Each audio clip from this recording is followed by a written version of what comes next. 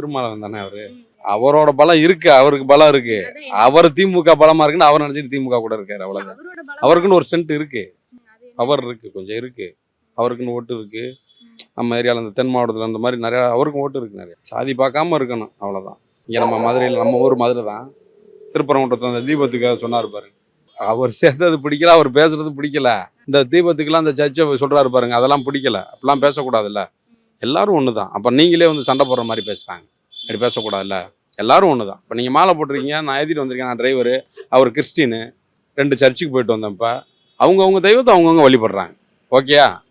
மனசு நோகிற மாதிரி நடந்துக்கிறக்கூடாது, அவ்வளோதான். ஆமாம், அன்னைக்கு ஏதோ வண்டியில் யாரோ இடிச்சிட்டாங்கன்னு சொல்லிட்டு அப்படி பண்ணுறாங்க, அதெல்லாம் தப்பு. அவர் தலைவர் இறங்கி தான் பார்க்கணும் பக்குவமாக. என்ன நான் சொல்கிறது, அவர் அடிக்கல, சட்டையை தான் பிடிச்சாங்க, முறைச்சாதான் அடிச்சு, முறைச்சதுனால தான் அடித்தேன் அப்படிங்கிறாங்க. அரசியல் நாகரிகம் இல்லை, அவ்வளோதான். வயசு அவர் சீனியராக இருந்து என்ன பிரயோஜனம்? 60 வயசு இருக்கும் அவருக்கு. ஆனால் அந்த மாதிரி நடந்துக்கிற கூடாதுல்ல. இவங்க அடித்தாலுமே கூட இருக்கிற எஸ்கார்டோ யாரும் அடித்தா அடிக்காதீங்கப்பா, பண்ணாதீங்கப்பான்னு சொல்லணும். அவர் பாதிக்கும்ல. நிறைய பேர் யோசிப்பாங்க, அவங்க இதெல்லாம் சொல்லுவாங்க, அதை அப்படியே இது பண்ணுவாங்க. அப்போ அவங்க யாரும் ஓட்டு போட மாட்டாங்க. அந்த மாதிரி இப்படி தான் ஒவ்வொரு இடத்துலையும் ஓட்டு பாதிக்கும், அவ்வளோதானே. ஆனால் கூட்டணியில் தான் இருக்கணுங்கிறாரு. ஆனால் பேசுறது வந்து அநாகரிகமாக பேசுறது, நடந்துக்கிறது, இதெல்லாம் வந்து ரொம்ப ஒரு சங்கடம் தான். போக முடியாதுல்ல அவரு, அங்கே போய் இவரை கேட்காம சொல்ல முடியாதுல்ல.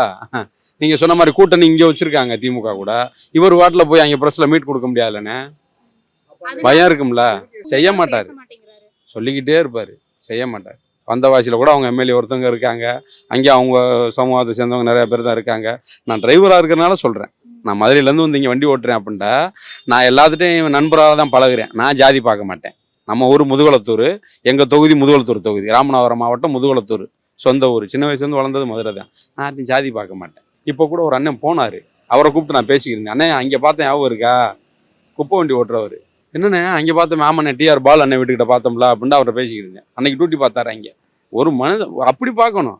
ஏன்னா அவங்களாம் சீனியர், பெரிய ஆள், நம்ம சொல்கிறதுல என்ன இருக்குது? ஒருத்தன் போய் இறங்கி அடிக்கிறான் அப்படின்ட்டு அவர் தான் தடுக்கணும். என்ன நான் சொல்கிறது, பண்ணாதீங்கப்பா, அப்படியே சரியோ தப்போ பண்ணாத, அடிக்காத, விட்டுரு, போ சொல்லு, தம்பி போப்பா, அடிபட்டுருக்கா, ஆஸ்பத்திரி கூப்பிட்டு போங்கப்பா. அப்படி சொன்னால் தானே ஓட்டு வாங்க முடியும். ஓட்டும் அவர் இருக்க போகிறதே 10 வருஷம் இருப்பாரா, 15 வருஷம் இருப்பாரா? அதுக்கப்புறம் செத்து போயிடுவாங்க. என்ன பண்ண போகிறான் சொல்லுங்க? இப்படியே இருந்துட்டு இப்படியே போக வேண்டியதான். அதுதான் எங்கள் நிலமை. அவரோட கெப்பாசிட்டி அவ்வளோதான். இதுக்கு மேலாம் எதிர்பார்க்க முடியாது. ஆமாம், ஏன்னா எனக்கு 40 வயசு ஆகுது. நான் 4-5 வாட்டி ஓட்டு போட்டிருக்கேன், 5 தேர்தல் பார்த்துருக்கேன். நம்மளும் அவ்வளோதான் கெப்பாசிட்டி. இதான் உண்மை, அவ்வளோதான். தொல் திருமாவளவன் விடுதலை சிறுத்தை கட்சி தலைவர். எனக்கு அவரை பற்றி முழுமையாக தெரியாது, ஆனால் ஒரு நல்ல தலைவர் வரைக்கும் தெரியும். கொஞ்சம் அவங்க ஆளெல்லாம் வந்து ஓரளவுக்கு நல்லபடியாக பார்த்துக்கிறாரு, அது ஒரு விஷயம். ஒன்று, எந்த கட்சியில் இருந்தாலும் ஒரே கட்சியில் கரெக்டாக இருக்கணும்னு ஆசைப்படுறாரு, அவ்வளோதான் கேள்வி. இப்போ திமுகவில் இருக்கிறாப்புல கரெக்டாக அது கூட இருக்கிறாப்புல, அடிக்கடிக்கு மாறுற பழக்கம்லாம் கிடையாது. ஒரு இடத்துல இருந்தால் ஒரு இடத்துல இருக்காரு பக்காவா. அது வந்து ஆக்சுவலாக அவர் வந்து ஒரு தலைவராக வண்டியில் இருக்கும்போது வந்து அதை வந்து கேட்கணும். ஏன்னு கேட்டிங்கன்னா, தலைவர் இருக்கும்போது இந்த மாதிரி அவங்க கூட கட்சிக்கால வராங்க அப்படின்னா ஒரு டிராஃபிக்கில் ப்ராப்ளம் ஆச்சு, அது எதுவாக இருந்தாலுமே ஒரு தலைவராக இருக்கிற வந்து என்ன எதுன்னு விசாரிக்கணும் மாதிரி. அது மாற்றி சொல்கிறதுல தப்பு தான் அது. ஏன்னா அவர் வந்து அதை அந்த ஒரு விஷயத்தில் கொஞ்சம் கவனம் செலுத்தணும். அவர் பொதுவாக அவங்க ஆளுங்கெல்லாம் ஓரளவுக்கு இன்னும் பக்காவாக தான் இருக்கிறாங்க, ஒன்றும் பிரச்சனை கிடையாது. திருமாவளவன் குரூப் எல்லாம் வந்து ஓரளவுக்கு அவங்க ஆளுங்கெல்லாம் கொஞ்சம் ஓரளவுக்கு நல்லா தான் இருக்காங்க பார்த்த வரைக்கும். இல்லை ஓரளவுக்கு எதுவாக இருந்தாலுமே ஒரு தட்டி கேட்குற ஒரு இது இருக்குது. யாராக இருந்தாலுமே, அது எந்த கட்சியாக இருந்தாலுமே ஒரு விஷயத்த வெளிப்படையாக பேசுகிற டேலண்ட் அவர்கிட்ட இருக்குது. அது உண்மைதான். ஒன்றுமே இல்லையா அவர்கிட்ட? அவர் அரசியல் தான் சரியில்லையே. கூட்டணி இப்போ வைக்கிறாரு, அவரும் தமிழர் தானே. அவர் தனியாக கூட்டணி நிற்கலாமே. அவர் எது கூட்டணி இருக்கிறாரு? அவர் தனியாக இருக்கலாமே. அவருக்கு தான் சுற்றி இருக்கிறாங்களா ஆதி திராவிடர், பறையர்லாம் இருக்கிறாங்களே. நானும் பறையர் தானே, அவர் தனியாக நிற்கலாமா? அதுக்கு ஏன் கூட்டணி போகணும்? இது வரைக்கும் இருந்து பறையருக்கு அவர் எதுவும் செய்யலை. அது அவர் தனியாக நின்று செஞ்சாருன்னா அது தனித்துவமாக இருக்குமே, நாங்களும் கொஞ்சம் கொண்டாடுமே. அவரும் முதலமைச்சராக பார்க்கணும் தானே எங்களுக்கு ஆசை. அதுக்கே அவர் கூட்டணியாக நிற்கிறாரு. ஆளுங்க இருக்கிறாங்களே, நம்ம பறையருங்க இருக்கிறாங்களே. அது நீ தனியாக நின்னா நம்மளும் பலவீனம் அதிகமாக இருக்குமே. நீ எங்கே எதுக்கு கூட்டணி போகிறீங்க? தனியாக நின்னார்னா மக்களுக்கு தனியாக செய்வார். அவர் கூட்டணி இருந்தால் செய்ய மாட்டார். அவர் அவங்க எப்படி கொள்ளடிக்கிறாங்களோ இவங்களும் அப்படி தான் கொள்ளடிப்பார். யாராக இருந்தால் என்ன, ஜாதி மதம் இல்லாமல் தான் இப்போ இருக்கிறாங்க. இப்போ ஒருத்தர் அந்த மாதிரி கொண்டு வராங்க. இப்போ எல்லாரும் ஒத்துமையாக இருக்கணும். இப்போ என்ன சொல்கிறது, சீமானெலாம் பார்த்தீங்கன்னா நீங்கள் ஜாதி பார்த்து ஓட்டு போடுறீங்க, எனக்கு அந்த ஓட்டே எனக்கு தேவையில்லை, அந்த மாதிரி கான்செப்ட்னா அது நல்லா இருக்குது. அந்த மாதிரி இருந்துட்டு போயிடலாமே. ஜாதி பற்றி சொல்லாமல் இருந்தாலுமே நல்லது தானே. அதான் சொல்கிறாங்களே, முன்னோர்கள்லாம் அப்புறம் ஜாதி பார்த்து பழகலைன்னு. இப்போ அவங்கவுங்க மூலியமாக தானே ஜாதி, இந்த நாடையார், வன்னியார், செட்டியார், முதலியார், இந்த மாதிரி பிரியுது. அதுக்கு ஜாதி இல்லாமல் வாழ்ந்துட்டு போகிறாங்க. இப்போ கூட தான் ஜாதி இல்லாமல் கூட கல்யாணம் பண்ணுறாங்க, ஜாதி இல்லாமல் லவ் பண்ணுறாங்க. ஒரு வீட்டில் சேர்த்துக்கிறாங்க, ஒரு வீட்டில் சேர்த்துக்க மாட்டேன்றாங்க. இப்போ ஜாதி இருக்கிறதுனால தானே ரொம்ப பேர் அழிஞ்சு போகிறாங்க.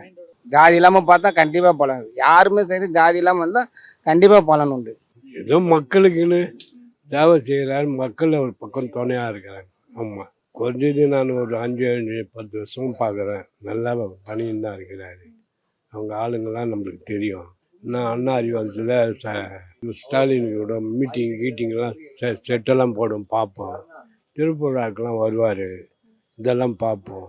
கூட்டணி வைக்கலாம் பல விதம் தான். ஒரு கட்சிக்குள்ளே சப்போர்ட் பண்ணாருன்னா அவர் ஒரு இது பண்ணி அவருக்கு ஒரு இடம் கொடுப்பாங்க. கூட்டணி இருக்கிறதுனால தப்பு கிடையாது. நான் எல்லாத்தையும் அவர் பேசுறது, மீட்டிங்கு, டிவி, திருப்புழா, இதுக்கெல்லாம் நான் அவ்வளோ வாட்டி பார்த்துக்கிறேன். அவர் இன்னும் செய்வார். மக்களுக்குன்னு சேர்ந்தாதானமா மக்கள் ஏற்றுக்கிறாங்க. மக்களுக்குன்னு ஒன்று சேர்ந்தால் தான். ஆமாம், ஒரு ஸ்டாண்டர்டு அரசியல்வாதி. பட் ஒன் திங் வந்து எல்லா மேட்டரும் என்டர் ஆக மாட்டார். அவருடைய ஆதாய அரசியல்.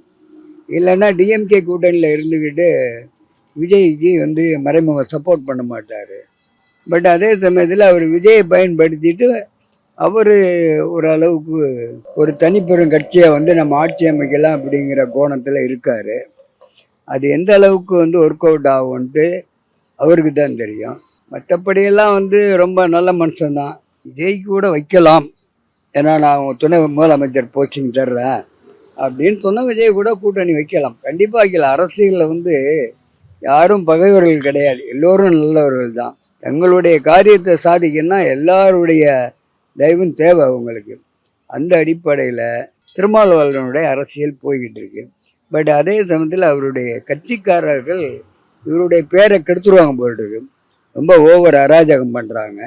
அதை அவர் கொஞ்சம் கட்டுப்படுத்தணும்.